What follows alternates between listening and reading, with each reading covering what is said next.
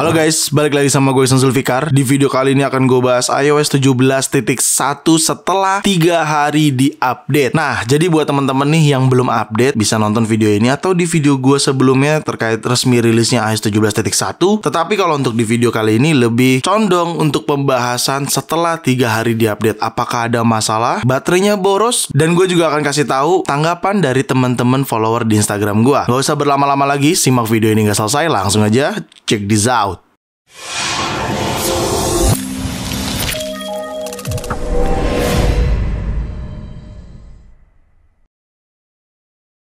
Ya, di sini gue menggunakan iPhone 15 Pro gue dengan iOS 17.1 yang sudah dirilis resmi sekitar 3 hari lalu, dan gue juga udah bahas di video sebelumnya terkait apa aja yang baru di iOS 17.1. Di video kali ini mungkin gue nggak akan bahas detail lagi fitur-fiturnya, jadi lebih tentang bagaimana setelah 3 hari di update atau menggunakan iOS 17.1 ini. Oke, yang pertama terkait iPhone storage terlebih dahulu. Kalau kita cek ke bagian setting, lalu kita ke general, dan kita pergi ke iPhone storage, di sini kalian bisa lihat loadingnya juga cepet dan aman-aman aja. Storage yang gue gunakan ini 128 GB, dan lo bisa lihat udah 100 GB karena ada data video vlog gue kemarin ke Bali. Videonya akan tayang setelah video ini nantilah. Pokoknya stay tune aja di channel YouTube ini, oke? Nah, di iPhone storage kalian bisa lihat overall baik-baik aja ya. Gue juga cobain main game dengan Resident Evil Village, meskipun belum main banget karena harus ngedownload datanya lagi pada saat udah masuk aplikasinya, ngedownload datanya lagi, dan internet di studio lagi kurang stabil. Jadi belum benar-benar gue terlalu mainkan, cuman nanti akan gue mainin dan akan gue kasih tahu juga buat teman-teman bagaimana 15 Pro memainkan game Resident Evil Village ini yang grafiknya cukup baik gitu. Oke, di iPhone storage kalau kita cek ke paling bawah, di sini untuk sistemnya iOS-nya terlihat jelas ya, di 11,42 GB untuk size iOS-nya, dan sistem datanya di 2,5 ya, 2,51 GB. Ya, overall gue sih udah nggak ada keluhan sama iPhone storage. Tapi buat teman-teman yang masih ada keluhan, coba di maintain saja data-data yang ada di aplikasinya. Kalau rasanya seperti aplikasi VN nih, editing video, lu bisa uninstall dulu aplikasinya, habis itu lu install lagi. Bisa aja kayak gitu dengan cara seperti itu ya, gitu. Dan di sini data yang paling banyak adalah foto serta files. Ya iyalah, masih bikin video vlog kemarin di Bali, jadi masih ada perpindahan data. Tapi gue nggak ada keluhan untuk iPhone storage. Lalu untuk performance, gue happy banget ya, nggak panas juga di bagian belakangnya. Gue nggak tahu di iPhone lain, tapi di 15 Pro, bahkan terakhir di 14 Pro gue juga baik-baik aja. Cuman ini 15 Pro gue gunakan secara daily, aman-aman aja buat teleponan, buat sosial media, buat video callan. Sejauh ini sih ini yang paling jauh menurut gue.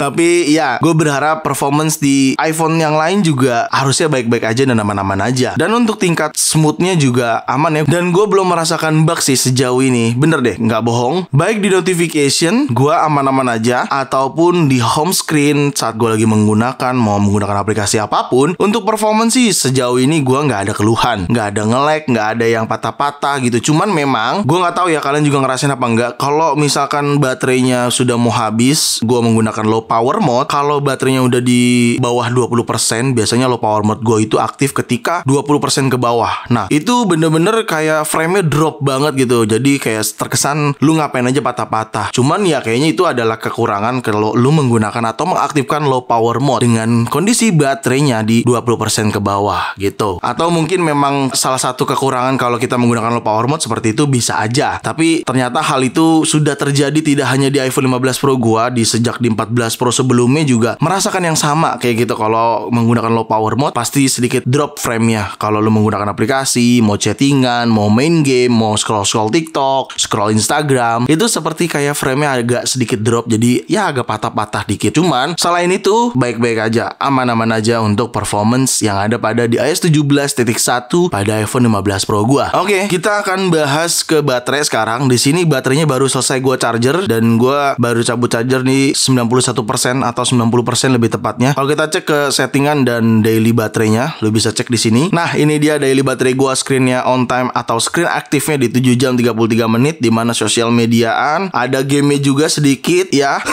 Dan tentunya transfer data cukup menggunakan iPhone 15 Pro ini. Lu bisa lihat tuh ritme penggunaan gua, apalagi pada saat iPhone ini digunakan di Bali kemarin gua liburan, dan ya ternyata memang segitu padatnya menggunakan 15 Pro. Dan terlihat jelas di sini charging was on hold due to iPhone temperature. Ya benar, tadi pada saat di 80% sedikit di hold karena suhu sekitar gua meningkat gitu ya, dikarenakan AC studio belum dinyalain.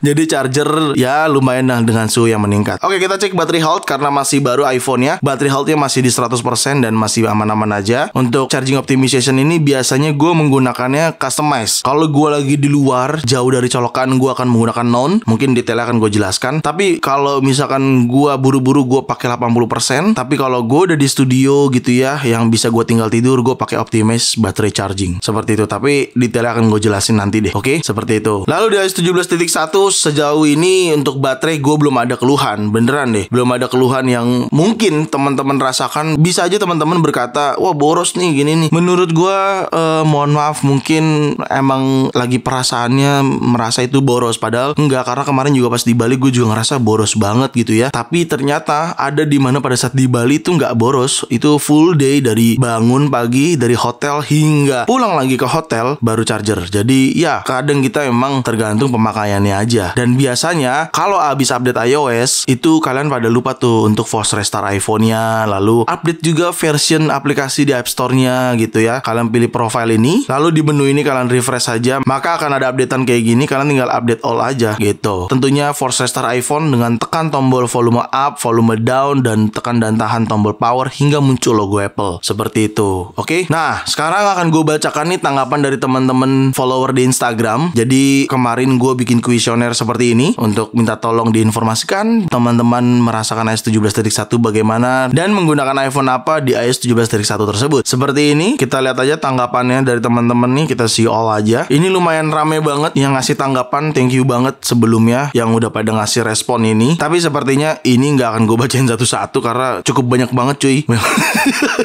Oke, kita coba mulai dari yang paling bawah kali ya, paling bawah. Nah, ini dia paling bawah. Dari Belek_666. Nggak panas dan sedikit boros baterai, selebihnya normal di iPhone XR. Oke, thank you udah responnya cuy. Lalu Ferry.Ramadan. iPhone 14 baterai terjun payung. Ini baterai terjun payung nih gimana nih maksudnya nih? Baterai health kah atau baterainya aja? Lalu di sini adanya Rafif RNN. Awalnya HP jadi lebih cepat panas meskipun pemakaian normal, tapi sekarang udah normal iPhone XS tuh. Oke. Nah, yang dialamin Rafif nih biasanya si iOS terbaru ini perlu penyesuaian sama background activity yang ada di iPhone. Maksudnya tuh kayak aplikasi-aplikasi kalian kan sebenarnya juga berjalan tuh di belakang layar gitu ya. Nah, itu biasanya perlu penyesuaian. Nah, makanya terkadang hal yang terjadi adalah 3 hari update dan 1 minggu update itu memang ada perbedaan biasanya gitu. Oke, lanjut. Dwi Ayu Anggra ini 14 Pro Max baterai adem jadi awet dari tadi iOS sebelumnya. Oke, thank you Dwi Ayu Anggra ini yang udah ngasih tahu. Lalu Ucep, belum ada perubahan, masih sama aja tuh.